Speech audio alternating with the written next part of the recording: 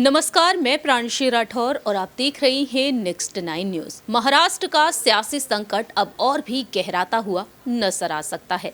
महाराष्ट्र में लंबे वक्त से सियासी उठापटक देखने को मिल रही है। जैसा कि आप जानते ही हैं कि बीते 5 महीनों पहले ही शिवसेना के प्रमुख उद्धव ठाकरे संग बगावत कर बैठे उन्हीं की पार्टी के 40 विधायक और अब बीजेपी के समर्थन से अपनी सरकार चला रहे हैं मुख्यमंत्री एकनाथ शिंदे। और इस बीच यहाँ पर जहाँ एक तरफ सरकार बन जाने के 40 दिनों बाद पहले मंत्रिमंडल का गठन हुआ और अब इंतजार किया जा रहा है दूसरे मंत्रिमंडल का गठन कब होगा।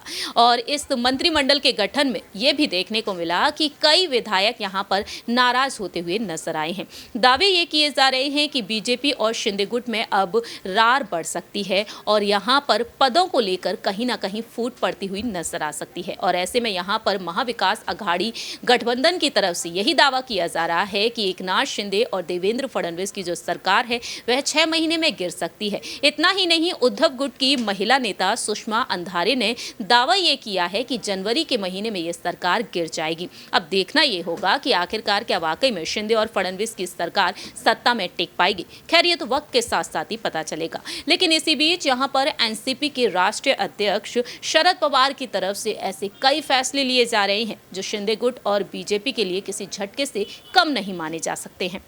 ऐसा हम इसलिए कह रहे हैं कि इस महाविकास अघाड़ी गठबंधन को बचाए रखने के लिए उद्धव ठाकरे और वहीं शरद पवार, अजीत पवार, सुप्रिया सुले कांग्रेस पार्टी के साथ मिलकर अहम फैसले ले रहे हैं। और इस बीच ये भी दावा किया जा रहा है कि कहीं ना कहीं रश्मि ठाकरे राजनीति में एक्टिव नजर आ सकती हैं, जो पर्दे के पीछे रहकर काम करती चली आ रही हैं। लेकिन इसी बीच यहाँ पर बागी विधायकों का क्या, जो बागी विधायक पद की लालसा रखते हुए एकनाथ शिंदे के साथ बगावत कर बैठे, एक एक करके यहाँ पर तमाम कार्यकर्ता पदाधिकारी उद्धव गुट से शिंदे गुट में शामिल हो रहे हैं। लेकिन इसी बीच आदित्य ठाकरे, रश्मि ठाकरे और पूरे गठबंधन को यही आस है कि कहीं ना कहीं मातोश्री में बागी विधायकों की एंट्री हो सकती है।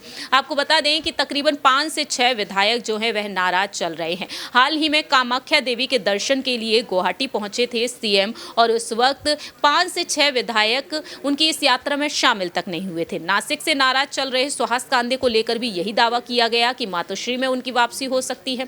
और ऐसे में इन बागी विधायकों के लिए कहीं ना कहीं शरद पवार और उद्धव गुट की तरफ से यहाँ पर तमाम प्रस्ताव भी तैयार किए जा ही रहे होंगे, क्योंकि आदित्य ठाकरे साफ तौर पर कह चुके हैं कि मातोश्री में जब चाहे बागी विधायकों की एंट्री हो सकती है, वह जब चाहे वापस आ सकते हैं। मातोश्री के दरवाजे हमेशा के लिए उनके लिए खुले हुए हैं।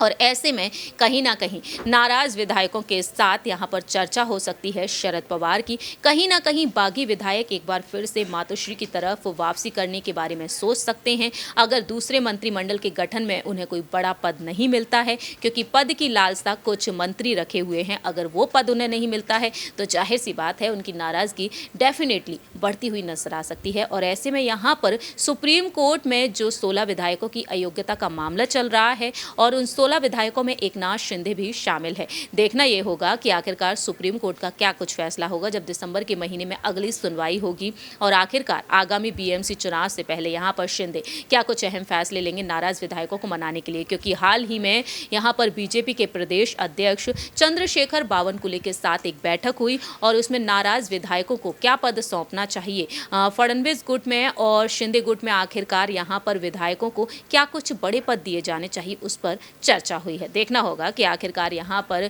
शरद पवार के क्या कुछ बयानबाजियां और यहाँ पर घोषणाएं सुनने को मिल सकती हैं। इस रिपोर्ट में इतना ही। बाकी की तमाम अपडेट्स के लिए आप देखते रहिए नेक्स्ट 9 न्यूज़।